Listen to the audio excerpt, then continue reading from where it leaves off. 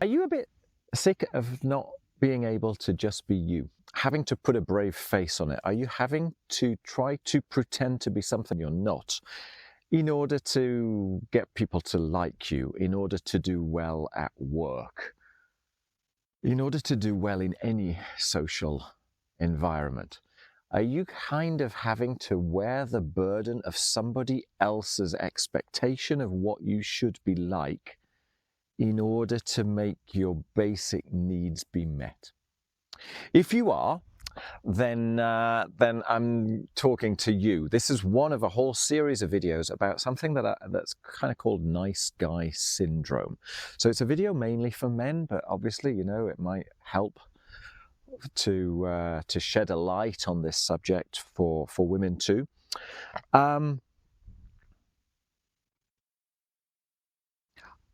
This is a subject that creeps up on us. It's one of those elements of life that can trigger a midlife crisis, in actual fact, because it's so kind of innocuous.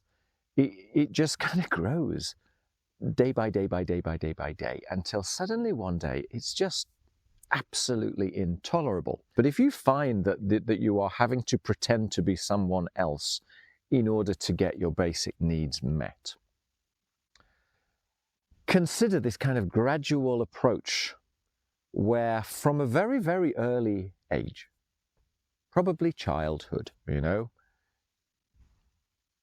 you found yourself unable to get your needs met in your family situation, let's say. Let's speculate.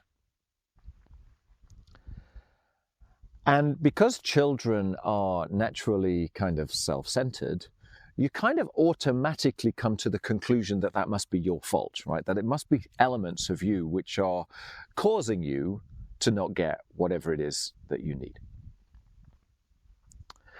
And the big thing then is, what is the conclusion that you came to, which then got stuck in the back of your mind, which then gets compounded by the stories that you see around you, by the experiences with other people, by the messages of the media and culture and capitalism and modernity and all this kind of stuff. So the interesting reason why this tends to pertain more to men is that there are a whole slew of messages which tend to be slapped into the face of men that say that there's something pretty bad about masculinity, right? That masculinity causes divorce, that masculinity is violent, untrammeled aggression.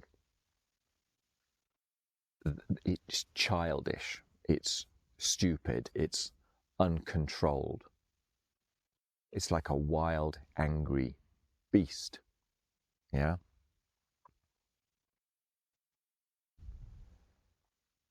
If at a time when you are unable to get your needs met in the familial situation and you're looking for reasons why you are at fault as a boy or as a teenager, and these kind of messages are around you, maybe your mum and dad were split up, maybe you've just read this in books, maybe this was the time of feminist kind of very, very strong drive as to the negative aspects of masculinity.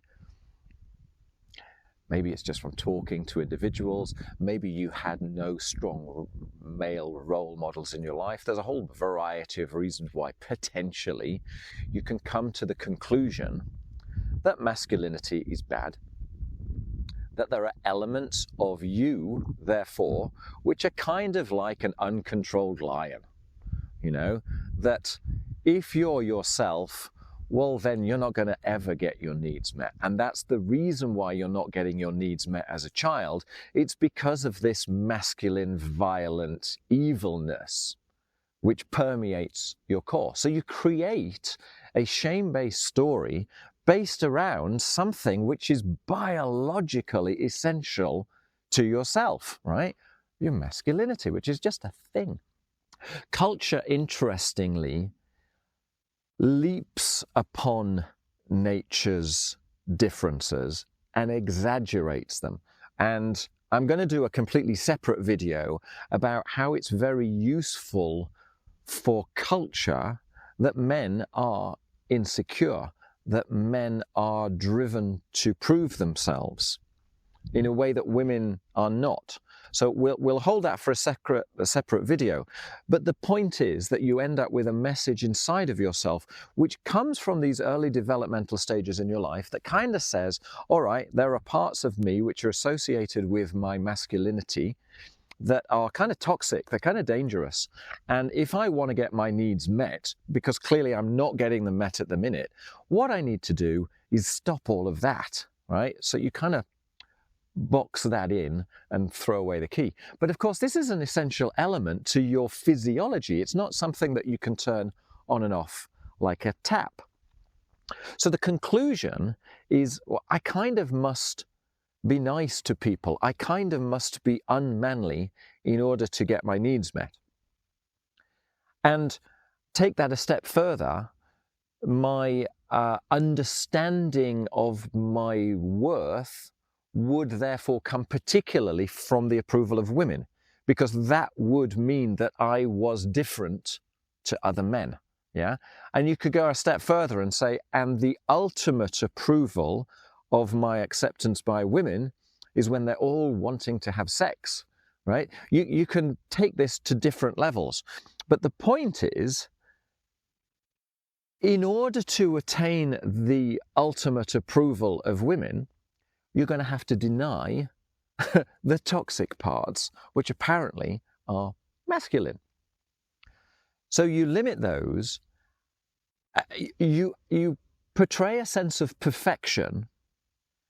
There's an implicit contract going on which says, if I'm good, if other people like me and they feel good, they'll treat me as being perfect. And therefore, I don't need to remember anything about those toxic aspects of my masculinity, because between us, we'll just pretend that they don't exist. So there's this sort of implicit story. It's a complicit story in actual fact, because you need the other people that are in the circle to agree to it. But of course it can't work, right? Because even if someone does therefore treat you as being perfect, it's not you they're treating as perfect. It's the story. It's the mask. It's the nonsense. And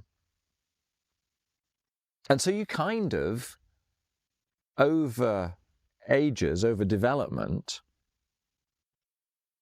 embed this in your sense of what it is that you need to be to get your needs met. And of course, the problem is it does kind of work sometimes. So that kind of compounds the view that you have.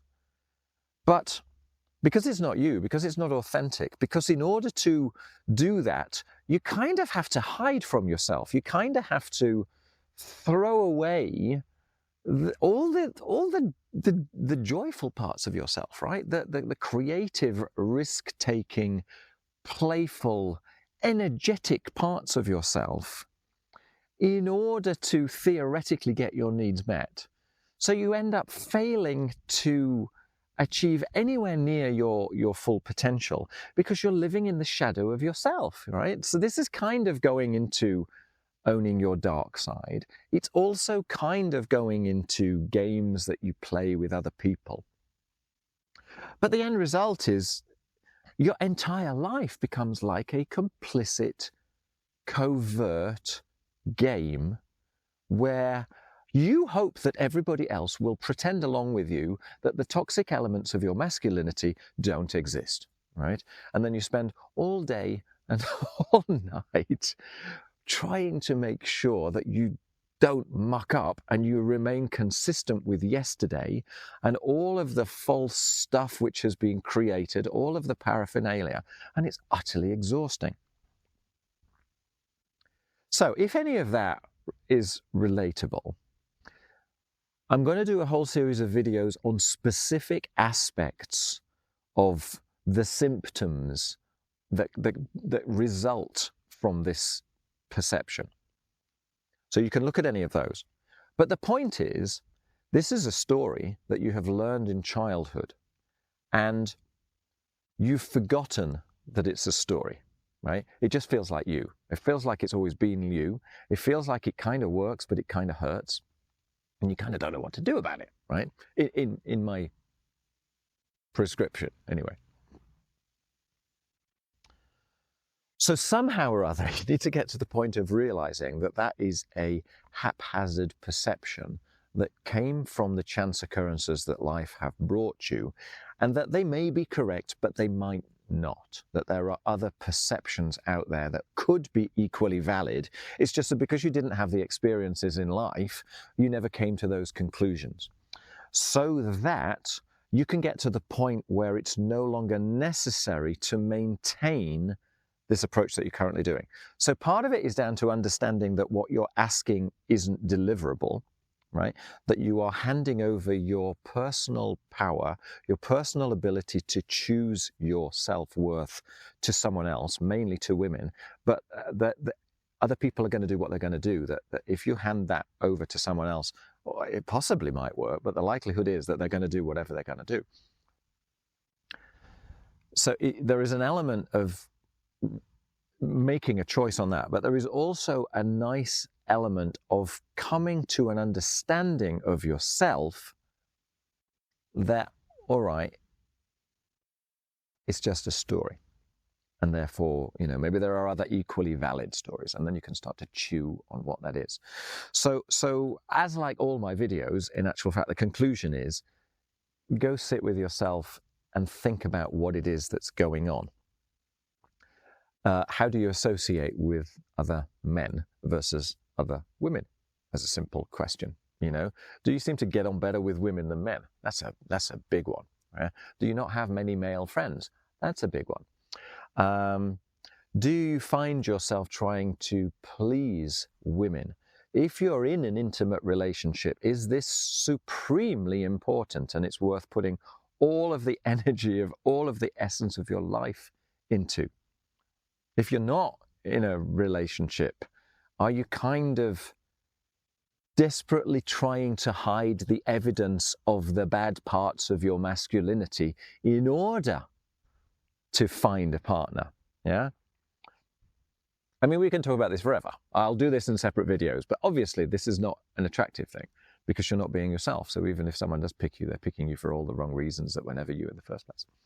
So go have a look at the kind of the headings of my other videos, and hopefully you'll find something which is valuable. The end result of all of this is that it's not your fault, that in actual fact, the shame-based story running inside of your head is not real. It's just a conclusion that you came to. And it's easily fixable the moment that you notice what's going on. All right, thanks for watching, and chew on the other videos. All right, take care, bye.